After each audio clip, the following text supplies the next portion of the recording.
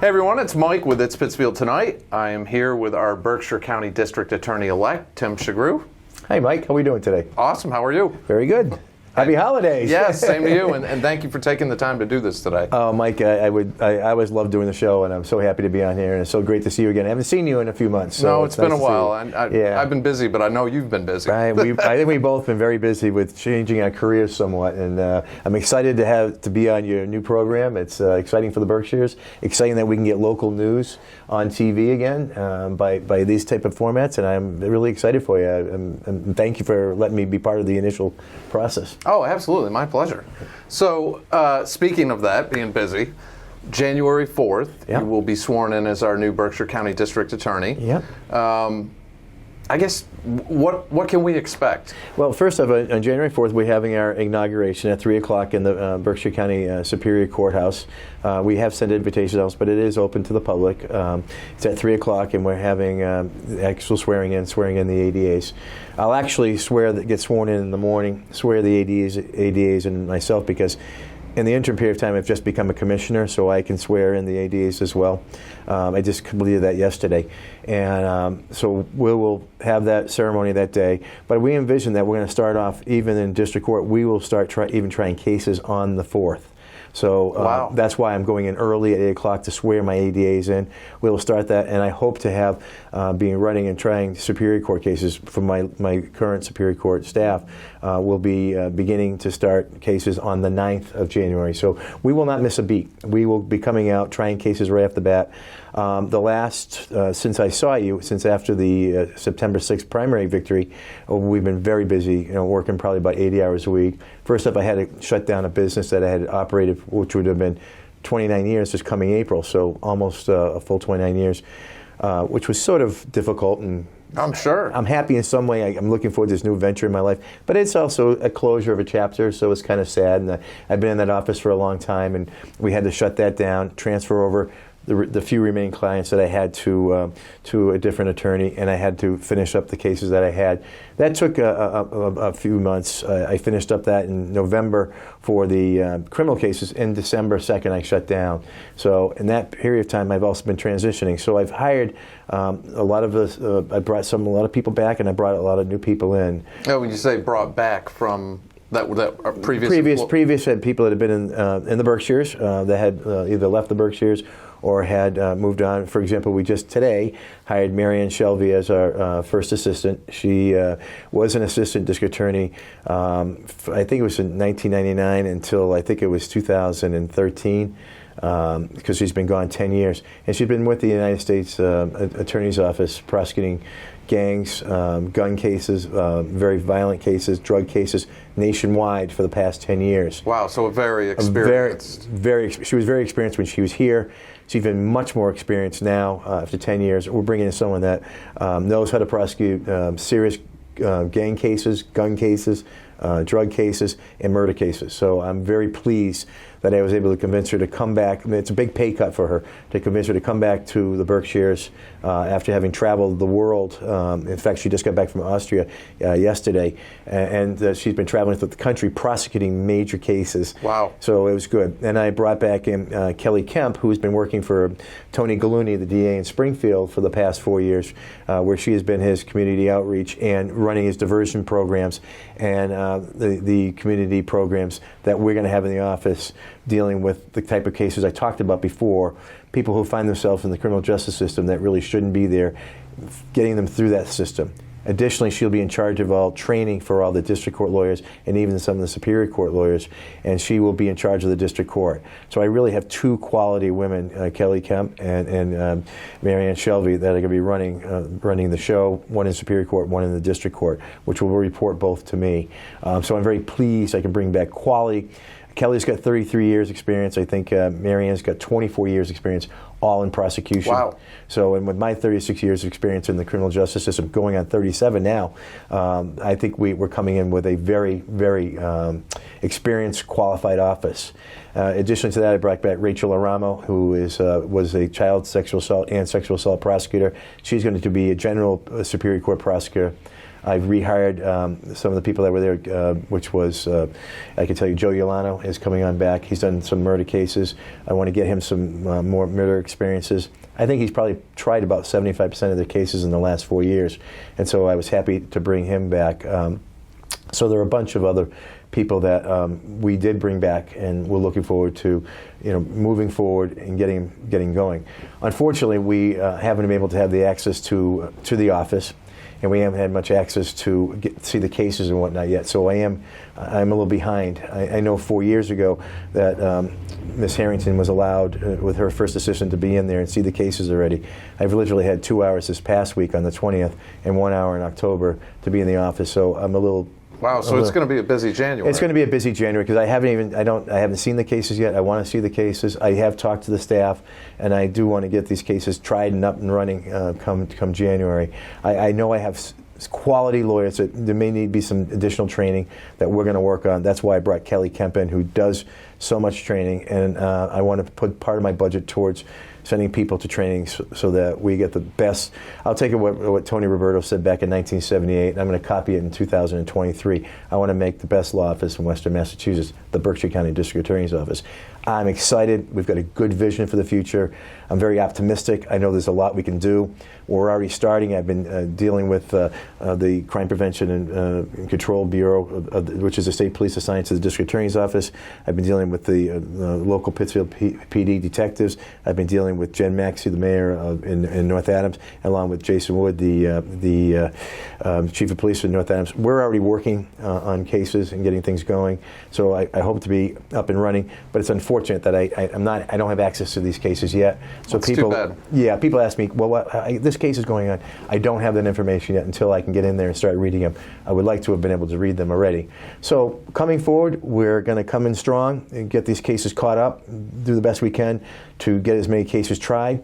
And at the same time, too, I brought in, which hasn't been filled in 4 years, I brought in a director of community relations, Julie Saborin, and she's going to be in charge of doing the community outreach, really letting the public know what we're doing to make them safe. Now, she was in City Hall for a while, wasn't she? She's been in the school department, so I'm not sure where she was before that without taking a look back at her resume, but she's highly qualified. And she's got we brought in an assistant with her that will deal with the media relations and also do with media evidence. That is someone that's got the experience in that. So we are really building. I will be shorthanded for lawyers and some victim advocates for the beginning. Come January 4th, I will start advertising for them. So I'm bringing a couple of retired people back in on a per diem basis just to get us through the rough time. But we plan on being up and running.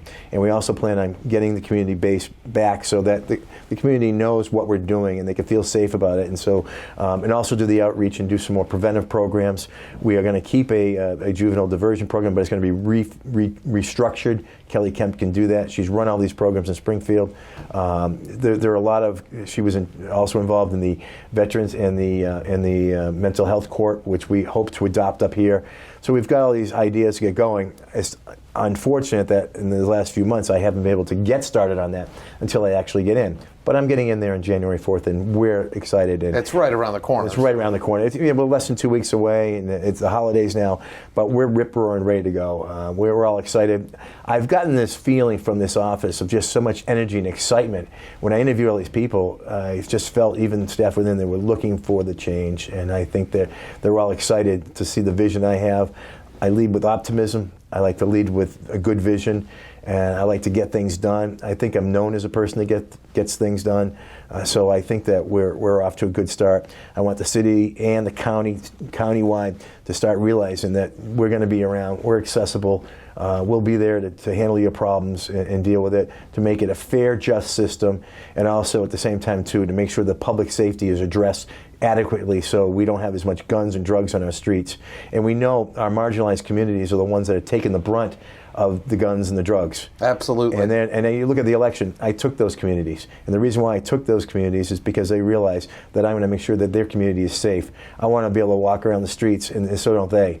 I want so that everybody can walk around the streets of Pittsfield, to not have to get accosted or get dealt with people that are trying to sell drugs or are on drugs. So that's why I brought in, I think, the best of the best, dealing with gangs, dealing with guns, dealing with drugs.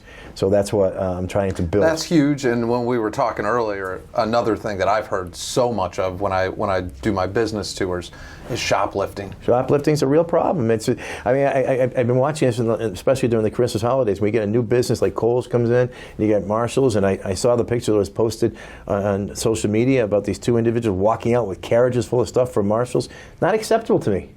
We owe accountability to everybody. We're victims as well, because don't you realize that we are paying that cost in the end, because the businesses just turn around and put the losses upon the consumer. And so it's a real problem. And it's not helping whoever's stealing, why they're stealing. I don't know whether it's an addiction problem or whether it's just because you can easily. And if you don't have accountability, it's just like with a child. You tell them not to put their hand in the cookie jar, and they keep going back in the cookie jar.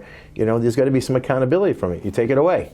And we're going to take this away, the opportunity for them to just come in and walk out with merchandise out of stores. It's a real problem. I know that my predecessor did not believe in prosecuting those type of cases. I think people should be accountable to their actions. And we'll take that in general course. If someone is stealing, we'll take their case individually. Let's find out why. Is it a drug problem? Is it an addiction problem? Let's address it.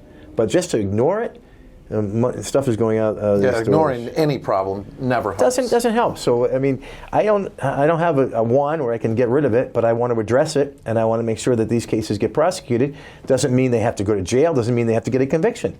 It means that they're getting help, or they're going to end up getting the consequences in court. I really want people to be accountable. You and I are accountable every day when we get up, what we have to do during the day. We're accountable when we go to work. So I really want to change that. And unfortunately, maybe it's due to COVID or whatever the situation was, the district attorney's office in the last 4 years a lot of it's been remote. I am not doing remote. People are going to be on staff there all the time. So that and I want to make sure that my office, my ADAs will be in the community so you can see who they are, speaking to people, to let them know what we're doing. We want to be more out in the community to see, hear people. Because what I found out, and you saw me all summer, I went everywhere. 90 hours a week. I went to every possible event I could. And I shook hands and talked with people. I heard what they had to say. And I hear it, and I want to continue to hear and listen. I don't have all the answers, but I do know that I have the drive, the enthusiasm, the passion to help get this job done, and done in the right way so we're safe. And at the same time, too, there's justice for everybody. So there's equal justice, because there still is a lot of people that come through what I consider the people's court, the district court. People that found themselves get jammed up in a small problem, and they need to be treated as if it's a small problem. And then we have the other cases where we have serious, hardened criminals, gang members that need to be held accountable, and that we have to make sure that we're prosecuting them to the fullest extent. Yeah, gun violence. Gun violence is a real problem. Walking around the street right now, it's not safe with guns. So we're going to make sure, we're going to get rid of that. We're going to address it one way or the other. So it may move it around, but we're going to make sure there's a presence that we're prosecuting those cases. That when I don't want to have, and I don't have general policies because I want to look at every case individually, but I don't want to drop gun cases. If you have an illegal firearm and you don't have a license to carry, it took me 6 months to get my license to carry. If you're going to have that firearm and it's for illegal purposes, you're involved in drugs or whatever criminal activity you're doing, you're going to be held accountable. Guns are not going to be a problem for this community if we can address it appropriately. And I think we want to address it appropriately as soon as we possibly can. So it sounds like from day one, full steam ahead. Full steam ahead. I'm full steam. I already think 3 months ago I started full steam ahead because I've been working nonstop. I'm listening to people and hearing things. I have a million requests to speak and do things in certain places. I can't get to all of them yet. I'm not there, and I had a busy job transitioning this office, closing the other office, and now transitioning this, and also developing with my new staff what we want to do, and working with the courts already and rebuilding that process with the district court and the superior court. And I felt very encouraged when I met with both courts this week about what I want to do, which they want to do, because basically we're just going to follow the rules like they should be followed. That we have procedures that have to be followed. I think that's all the public really That's what they wants. Yeah, just here are the rules, and I'm going to re-educate my staff, and these are what the rules are, and this is how we do things. Let's do it efficiently, and let's Let's cooperate together. I sat down with Glenn Keitling, who is the head of the Berkshire Bar Advocates Program, and Kathleen Grubbs from CPCS, the Public Defender's Office. I sat down, met with them this week, so they didn't have that type of relationship with the district attorney's office before. We need to have that type of relationship so that we can figure out, what we need to do to work together. Because even though we may be adversaries in the courtroom, we're lawyers. And so we're going to work together to do their job, and I have to do my job. And we mutually respect each other for doing those jobs. And that's important to build that relationship and to work with the courts to make their jobs easier. And obviously, law enforcement is huge with me. I'm very close with law enforcement, so I want to work with law enforcement so that we have a safe community, and at the same time, too, we have good officers that are that we can feel comfortable and safe with. I think that and the outreach programs are huge. They're huge. They're huge. And again, a lot of it's education. We want to try to also assist the police departments with education through our office, because they're not lawyers. We're the lawyers, and we're the lawyers that are prosecuting these cases. So I want to make sure my lawyers are available to the police so that they can get their questions answered, and then we can teach them as we go new things that come out, either new innovations or just new statutes or new case law that comes out that the police need to know. It's incumbent upon us to tell them that so that we can help them do their jobs and do it better. And I'm telling you, the law enforcement, that's all they're asking for, is that they want cooperation and help with the district attorney's office so that we can make them do a better job and make it so that they have the best department possible. Which is a huge conversation in itself. It is. Publicly. Yeah, and so I want people to see that they can trust their people in authority, and they can trust the police, and they can trust the DA's office. Well, it's exciting. It sounds like there's a lot on the table, and you're going to be... There is, and I don't have like I said, I don't have a magic wand. I just can't make this all go away. But you got one thing you've got with me is, and the two people I just mentioned, you got dedicated, die-hard workers who love the job, love what they're doing, and really want to make the community safer. And no other reason, just because we live here and we want to give back to the community that we so love. Well, you had a very decisive win. It was, and I think the community spoke volumes about what they want us to do. Absolutely. And I think they understand, having a defense background for almost 29 years and a prosecution background for 9 years, and now being the DA, they understand the balance that exists having both. I think that's really imperative that a DA have both. So you can see the one side with the families, and you can see the other side being tough prosecution. I agree. So you got to be a tough prosecutor at the same time too. You got to be compassionate, and you got to make sure people are treated equally and fairly. And that's so important. And I think I made that message clear that I've been trying to do that. I certainly have done that in my own practice, have representing people, various aspects of their... Which was one of the most successful local practices. Oh yeah, it was hard to give it up. I'm sure. Because I was very proud that I think I built one of the most successful solo practices in Western Massachusetts, and that was very lucrative, and I did very well and won a lot of cases. So we lose cases too, and I told my ADAs too, don't be afraid to lose. We're just going to do our jobs to the fullest extent. But we can't. This is not about winning and losing. This is about justice, and that's been my aspect of life. When I became an ADA in 1986, I swore when I took my oath that my job was to do justice, not about winning cases. It's to do what is just. Which is what it's all about. That's what it's all about. Again, it's not about convictions. It's not about the other stuff. It's about just doing what's right. My motto in life has always been always take what you're doing serious, never take yourself serious. Exactly. And you've got to have a thick skin in the job. You understand that you can't make everybody happy, and you're going to do the best you possibly can. And all I can tell the public is that I will be there doing the best I possibly can. And with the wealth of experience or the wealth of knowledge I've had after having 36 years behind me in the criminal justice system on both sides of the fence. So again, just so everyone, the inauguration is January 4th, yep. 3 p.m. 3 It's p.m. open to the public. It is open to the public. It's a public courthouse. We did send invitations to people that I had on a list. I can't send invitations to Utah County, but that's why I'm saying it is open to the public. It will be I expect it to be very crowded. So it's your swearing in and also my ADAs. Okay. Yep, my swearing in and the ADAs that I've hired. So, okay. And that we've just gotten through that process. Again, I'll be hiring some more. It's going to be a work in progress because I haven't been in there yet. So I have other positions in the office I have to fill. I can't fill them yet. when I get in there and I can advertise, I can fill. So we're going to be shorthanded. So maybe a little Chinese fire drill for a couple of months. But I'm used to that. I prosecuted in the Springfield courts, and you want to talk about Chinese fire drills? That's how we lived. So well, you're going to be busy, but I will see you on the 4th anyway. Yes, sure. I would love that. And anytime you want, I've offered with people if they want me on their show, I'll be there. I'll speak to you. And oh, absolutely. You know how easy it is to get a hold of me. Absolutely. So. I bug you all the time.